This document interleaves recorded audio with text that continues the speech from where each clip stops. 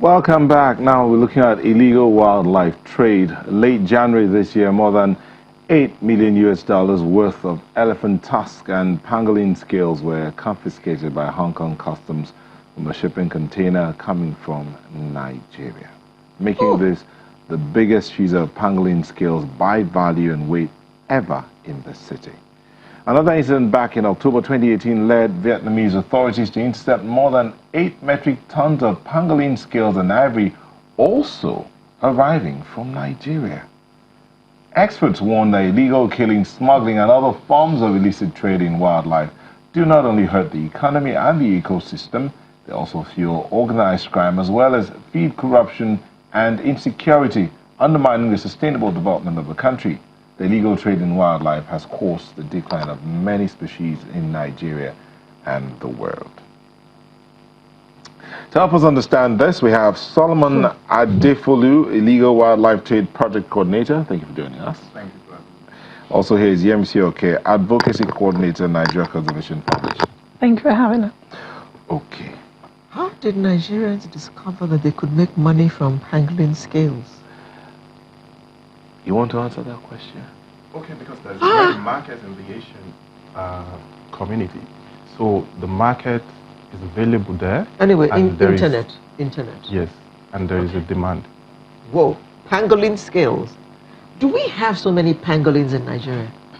Yeah, we do have, but because it's really been driven now by the illegal wildlife trade now, so the population is reducing. And basically, pangolin, if you don't know, really is the most trafficked mammal out of Nigeria.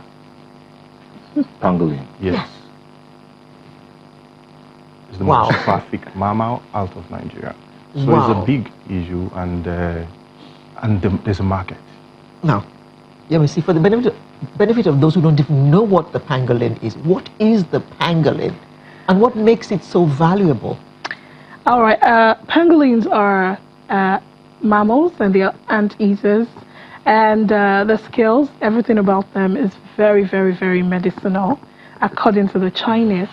There claims that the scales cure some type of cancer, and it's also a delicacy.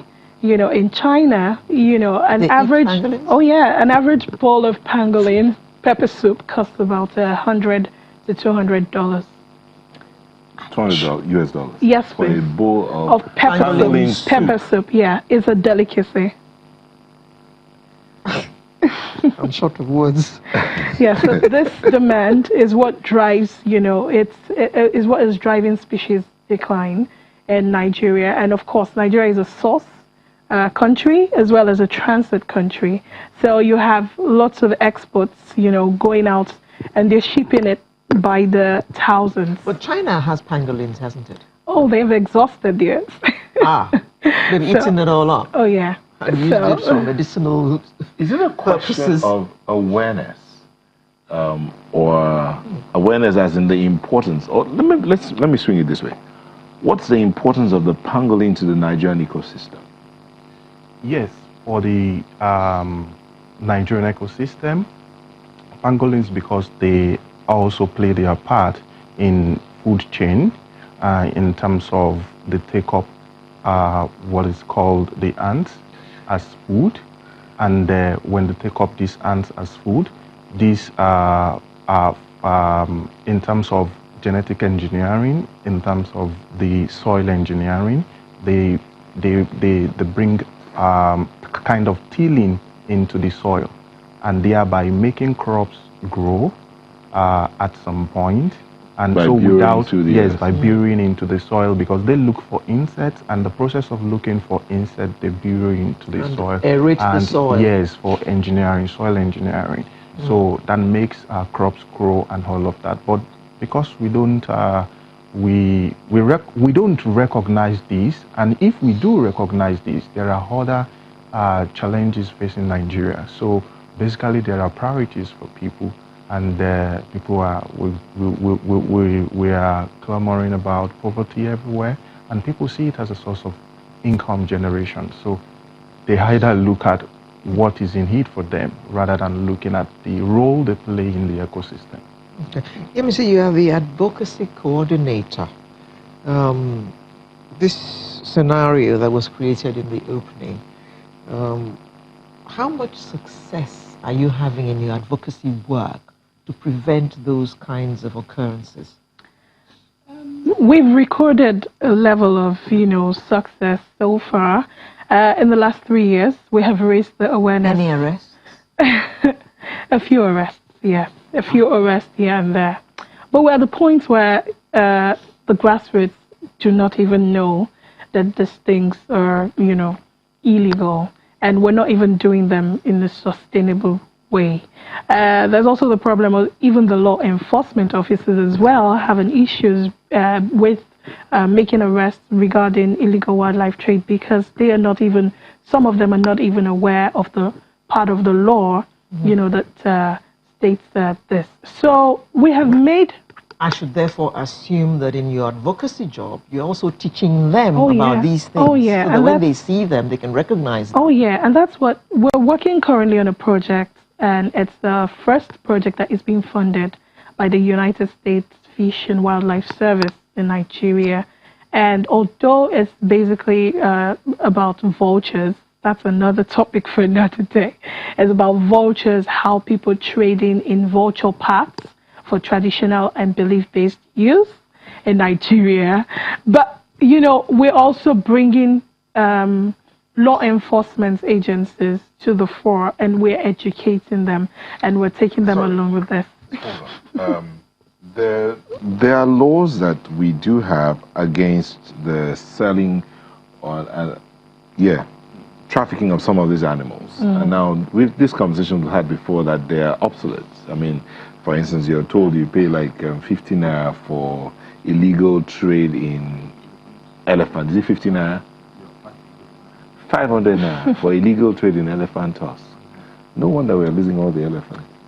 Oh, yeah. Nigeria has tried to domesticate these laws, and that's why we have agencies like Nesria who also enforce, these laws as well. So it's not just really about the fine and the fact that it's so small, compared to the gravity of the crime, but it's also about the awareness that I was talking about, people, the common man, understanding that we can actually benefit from ecotourism values from this, animals, instead of, passing them through the illegal wildlife routes, where the monies gets into the pockets of just a few individuals. So, we have created a level of awareness, and we're trying as much as possible to bring more people on board. We have stakeholders in the grassroots, communities, children, women, the politicians as well, and also enforcement agencies, so that everybody understands. I mean, you could go in traffic and find in traffic and all that. I'm sure you've seen species like the grey parrot, African grey parrots in traffic as well, and sometimes monitor lizards as well. So we're trying to say, you know what, we can actually benefit economically from this species instead of us going the unsustainable way. Okay. Now, you mentioned vultures earlier. I did my youth service in Jos, and in Jos, vultures were everywhere. And while we were serving, we always it always reminded us about that poem about the vulture and how ugly and horrible. So, are you trying to tell me now that you will not see vultures now as we saw them in those days in Jos? Everywhere. Yeah, vultures are declining. They're on the critically endangered list, the IUCN critically endangered list. And it would interest you to know that we have a big multi-million naira market for vulture parts in Nigeria. What parts? Every part of a vulture is valuable to traditional users. The feathers alone cost about 100 naira each. For each feather of the vulture. The head, goes for as much as 15,000. And the entire vulture, the life vulture, goes for about 50,000 naira on the market. And there is a great demand for it. There will not be any vultures in Jos, I agree. There will not be. Solomon, What? this project, you call the Illegal Wildlife Trade Project. Tell us about the project. What's it about? What are you trying to stop? How are you able to, how much of traction are you gaining? Yes, been the first project which is sponsored by the U.S. Fish and Wildlife Service in Nigeria. We've been working in the last 3 years, like she mentioned, since 2017 on reducing the West African trading illegal vulture parts. And especially, yes, because it's the target species, we're going to, there's a vulture crisis in Africa at the moment now. We are at a particular situation whereby if 11 species that is present in Africa, 7 of them are in critically endangered state. What that means is that the population of vultures. Yes. 7 of those species are almost extinct. Almost extinct. Yes. Yes, so they are almost extinct. So what means is that the population are reducing. And what is driving this population is the belief-based use. People are using vultures in traditional medicine practice. There are a lot of big threats like poisoning, a lot of big threats like trapping, a lot of threats like electrocution. The thing is it that before now, the traditional those who believe in traditional medicine knew that they were using the vulture as well. So what changed? Well, we've interacted with these guys who are practicing traditional medicine, and what we found out was that the vulture has been in use ever since. They are ancestral. In fact, the wildlife traders that we've encountered with in most of the 30 markets that we've assessed in southwest and northern Nigeria showcase that this business is a multi-million naira business and is an ancestral business. It's from generation to generation. So it means that vulture has been in use in this practice. Yeah, is it that there are more people practicing this thing now? So now the demand for the vultures has increased? Yes, there are, aside the fact that there are more people, the need for people to be customers to this traditional medicine, to use vulture, are quite high. Politicians use it for quite a lot of things. So when we are in the dispensation of political, do we have to get the politicians in everything? well, not only the politician. Actually, vultures are also used in money ritual, and politicians. not politicians. Well, so everybody wants to have money. So, and this is driving the market for this trade. And so what the project is trying to address is to reduce the use of vulture in belief-based use by 2021 at a rate of 20%.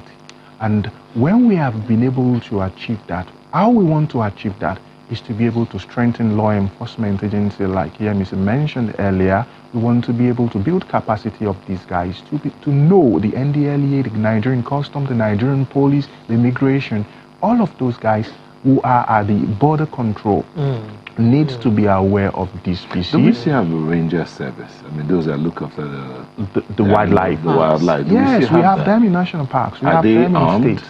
They are not. They are semi-armed. They're semi-armed. Yes, nice. because they've got batons. Yes, and nice. Yes, something like that. Yeah. Yes. So, and how do you? Somebody is coming to steal something from the park because it's going to, get him plenty of money. He's coming with a gun, and you want this poor ranger to pursue him with his baton. In fact, the issue now is that vultures are not sourced from Nigeria alone. The quantity, the demand are not being met. So they go as far as Niger, they go as far as Ghana, they go as far as Cameroon, they go as far as Chad to bring in vultures. Yeah, you see, that's vultures. But we also have cases of tortoises, turtles, gorillas, lions, depleting in population. Is that also being looked at as well? It is being looked at, but we wanted to make it as realistic as possible. So we wanted to pursue this project one at a time. It's not as though we're not working on the other projects as well. We've been doing work regarding African elephants and the Cross River gorilla as well. For tortoises, they're not endangered, you know, they're still... Yeah, but the turtle, that has to do with the marine, and of course, yes, critically, especially the bill turtle is critically endangered, of course, and that tells us here in Lagos, you know, we have beaches are being eroded every day. There's development going on every day, and of course, you know, turtles come up to the beaches to nest. Beaches are no longer safe for our turtles as well. We're raising awareness in that regard as well. But we know that we're trying as much as possible to save one species at a time in Nigeria. One thing Solomon also touched on, which I want to elaborate quickly, is the fact that vultures actually have a cleanup value. And average, one of the linkages between the vulture and the human health and the economy is that one vulture has an average cleanup value of about $11,000 a year.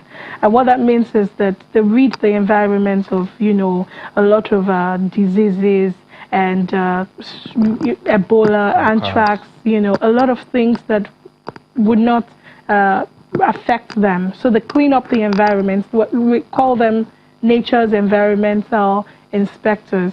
So they clean up. So imagine when they go in decline and there are no birds, you know, to clean this up. It's going to really, really mean really bad consequences for human beings. So if we lose all the vultures, let's say in one area we lose 3 vultures, we just lost 33,000 US dollars worth of cleanup. Yes, cleanup services. Yes. Convert that to now, that's a lot of money. And that's the big danger, in fact, for the economy, for the government. Government are going to be investing in the hospital, the medical, and, you know, it's not something that can be taken away, really, because if you leave a vulture is able to help you get rid of all of this infection without you putting money into the hospital and medicals. But we are not saying I just did a bit of a calculation. So one vulture does clean up worth 3.971 million naira. Exactly. One vulture. Even the PSP guys that move the trash, I'm not sure they make that much money. That's Lagos. Yeah, so you talked about the pangolin, the elephant, the turtle, the vulture. Now, you also mentioned in passing the gorillas in Cross River. Just tell us about those. Is it the same purpose that the vultures are used for? Well, no. You know, you have several species and they have several uses as well. We've visited wildlife markets where heads of those gorillas are on sale. They're being roasted for whatever reason. Yes, they're being roasted. People eat them?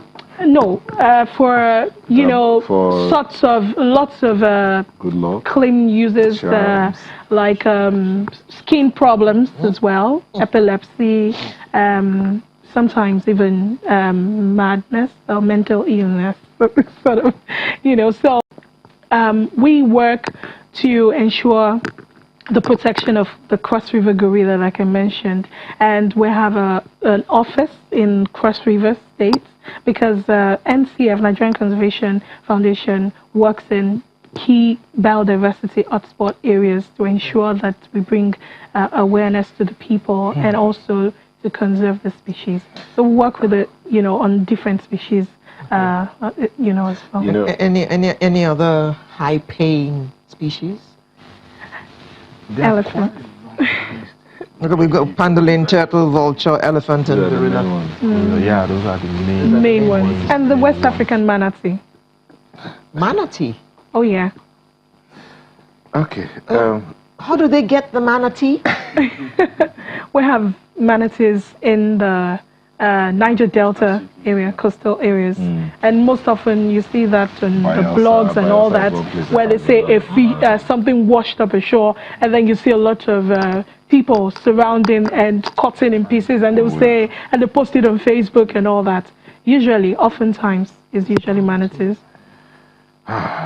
Solomon Adefolu, Illegal Wildlife Trade Project Coordinator. Yemisi Oke, Advocacy Coordinator, Nigeria Conservation Foundation. Thank you for sharing this knowledge with us. And to the viewers, please, the animals around here are not just meant for medicine. They're not just meant for eating or for whatever. Just know that a vulture, one vulture, for instance, can clean up your environment to the tune of 3.9 million naira. One vulture. Whoa. So leave the vultures Protect alone. the environment, protect your ecosystem. We'll be back shortly. Don't go away.